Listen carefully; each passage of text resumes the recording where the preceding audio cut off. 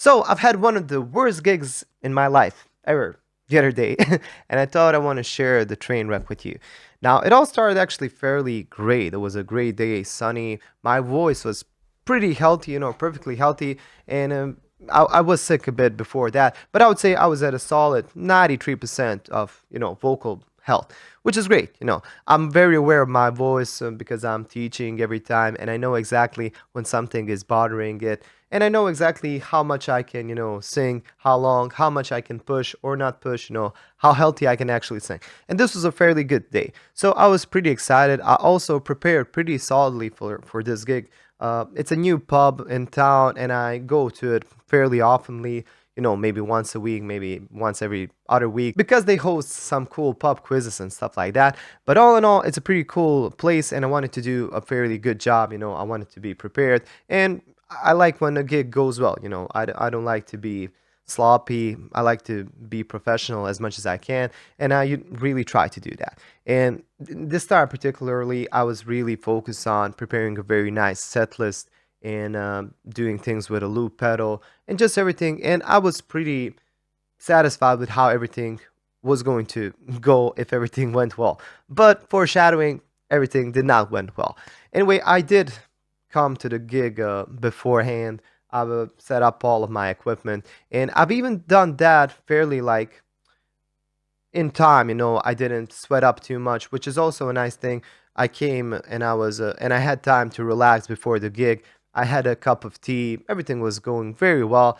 And as soon as I've started, there were people around. They were enjoying themselves. And I'm just saying one song, and then I saw this fairly elderly man, maybe a bit older, middle-aged man, come to me and requested songs. Now, this is not something unusual. This happens to gigging musicians all the time.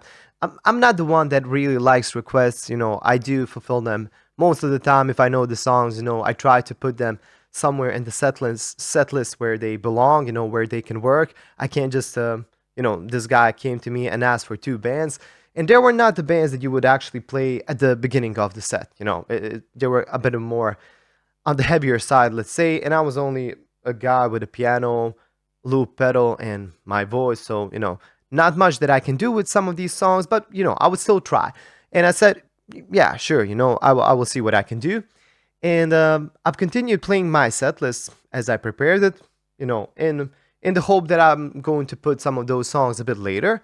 But this guy was mad, and he was like shouting, like, "Who do you think you are? You're ignoring me. Like you're ignoring me. You think you're better than me. What the hell, man? Like look at him." And he was telling this to his friends. Like there was a group of them, maybe 10 of them, and I've noticed fairly early that they just came from a soccer match because there was a big soccer match in my town, and they were already a bit intoxicated, and they still came for a beer, and it was not looking good. It already felt pretty bad. And I was like trying to, okay, I'm just gonna ignore him. I'm going to continue my set. And the other song was again a song in English. Now, for those of you that don't know, I'm a Croat, so people expect in these bars maybe for me to play half half, maybe English songs in English, or I don't know, popular worldwide songs, and maybe some songs that are only familiar to people in my place of the world, like in my part of the world, like in Croatia and in Balkan and stuff like that. And this guy said, like, "Do you know anything in our language?" And what the hell, you know? So yeah, I played another song in English, then I played something in our language, but he wasn't satisfied because those were not the bands that he requested. It's like I'm not a jukebox, man. Don't bother me that much. But I still try to play it very cool. Just try to ignore him as much as I can and just focus on playing and maybe connecting with other people in the room. And yeah, everybody could feel a bit the awkwardness in the air, the tension. And I was just like, my voice was drying up just by even looking at that guy, like from time to time. And I can see that he was not happy. And whenever I finished the song, he would very ironically go, "Bravo, kid, bravo, woo, yeah." Then he shouted something like, "This is not a pub for you. This is not the place where you should play." Which is very ironically because my setlist was pretty much the things that they, like play in the pub anyways, like during other days. And I know the owners of the pub, and they were pretty satisfied with the song picks and with me in general. So yeah, it was definitely about that guy. Now, the other thing, I was playing Penny Lane by Beatles. Pretty nice song, you can play it in a pub. This is a pub, people like to drink beer, listen to cool songs, sometimes nostalgic songs and stuff like that. And I was playing Penny Lane, which has a pretty decent amount of things to play. And this guy came to me just in the middle of my solo, and I've managed to play the solo right. But man, he was just going like, he was in my face. I'm not even messing with you. He was maybe a meter away from me, tops. And he was like, which is not a song that you would do that to. And I was like playing.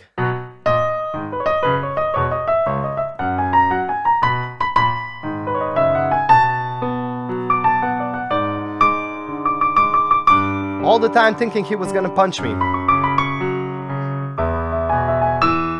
And continuing, Penny Lane, stuff like that. And I was so sure that he was gonna punch me because I'm playing and I'm trying to ignore him as much as I can. Thank God the bartender came to him and said like, actually, sorry, not the bartender, the waiter. He came and said like, okay, man, let's go here. Like he escorted him, I hope that's a word, back to his friends. He was still pissed. He was still angry. And I was still like, my throat was completely sore. The whole gig, I was trying to calm myself down and just like sing and do the best thing that I can. But it was hard, and I'm trying to be professional, but I'm still human, because I was expecting every second that he's going to run across the room and just going to jump on me. I don't know. But good case scenario happened. They went maybe half an hour, 45 minutes into the first set. They've left out of the pub, which was a great news. But the other thing happened is my sustain pedal went dead after maybe a third song, which is awful because everything that I play really has to have sustain on it. When I sing something, I like my chords to actually be the foundation and kind of support me, But they started sounding like this.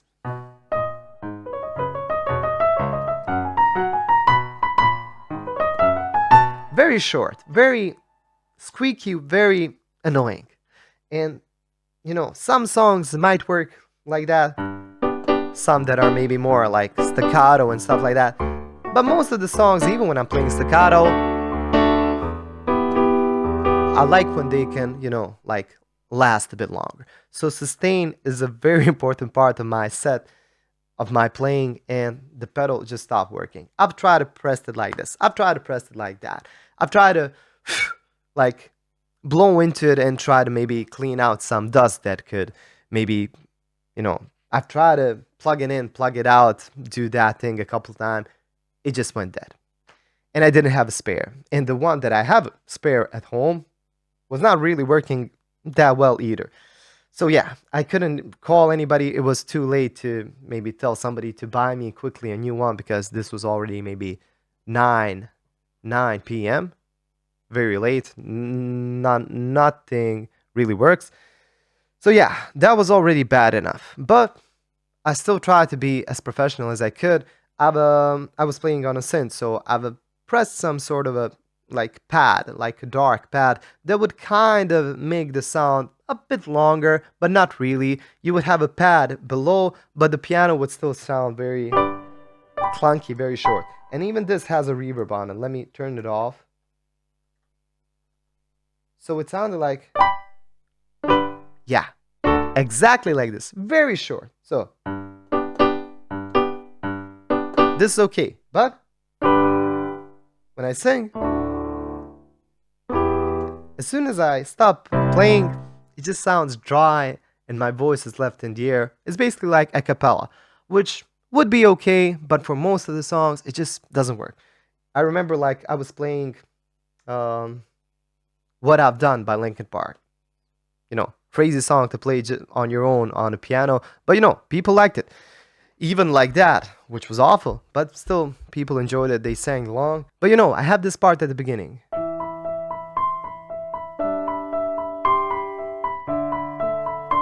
So, without the sustain, it sounded very clunky. Sounded like, I don't know, a classical piece played bad. But not to mention the part where the electric guitars kick in when everything like just goes into your face. It goes like this.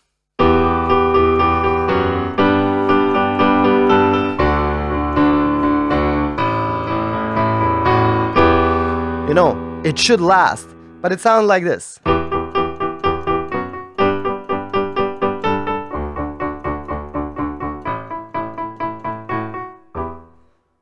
And it was just a pain.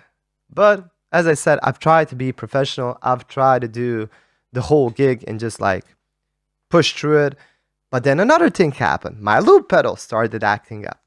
It's like complete mess of technical issues that I've never had in my life before, all in one night. And I somehow think it all started because of that stupid guy. Oh my god. My loop pedal, I could record a loop, but I couldn't stop it. For some reason, when I pressed the pause, it didn't stop. I've tried everything. I've tried changing the slot in which I record loops. Nothing happened. Then what I could do is when the song kind of finished, I would just turn the volume down very quickly, and people were like, "What happened? Did the song stop?" They were like, they would kind of clap, but it was awkward. Then I've turned off the looper completely. I've plugged it out of the cord. Then I've plugged it back in. Then I would record another song when the time came. I didn't do all the songs with a looper. Maybe out of the whole set, which was around 40 songs, maybe I did 10, 15 with a looper, but still pretty much too much when it's not working. So I've definitely done that maybe 6 or 7 times during the gig, and it completely messed with the flow of the gig. And man, I was just waiting for the gig to be over. I was so done, and I felt ashamed because, I feel like I'm an old enough dude. I have 30 years, and I have this channel with lots of followers. I'm a singing teacher, and everything points out that I'm pretty professional, when it comes to all of these things. And I really try to be. I really want to do the best thing for the owners, for the people attending the gigs, for myself to enjoy as well, for everybody. I still had a lot of nice comments saying like that was a great gig. There was this one guy that really enjoyed it with his girlfriend. There was this one table that sang every song. There were a lot of people that still enjoyed it. Maybe not a lot of them even noticed those things, but I felt like I was like, oh, I feel bad just talking about this. That's how bad it was. And I just wanted to share that with you. I know that there are lots of cases where people had even worse experiences with gigs. I would like to hear your experiences because there are things at gigs that can go so wrong and that you just can't do anything about it. There was one time when I was playing in this other, like, bigger venue, there was this security guard that took my microphone and started singing the songs that we were playing. Then I was playing with a trio, and he just wanted to, play, to goof around, to show off to his friends. So he just took our set list and he just like took maybe 6 of the more crowd favorite songs that we were kind of waiting to play a bit later at the end of our set. He just went through him and he was like, play them. He was just like aggressive and just forcing us to play. And like, what should we do? Not play, get our asses kicked, or play and then like mess up the gig? We played maybe 6 songs, and somehow, I don't know how, somebody again told him, come on, get off the stage, let the dudes play, like. But that guy is a security guard, and he was on something. I know that some people told me later that they saw him in the bathroom, like doing stuff, and like, these things happen. This is why I don't really like doing gigs too much. I just feel more comfortable doing the YouTube thing and recording my songs and playing for you guys and talking about music than I actually do dealing with drunk people.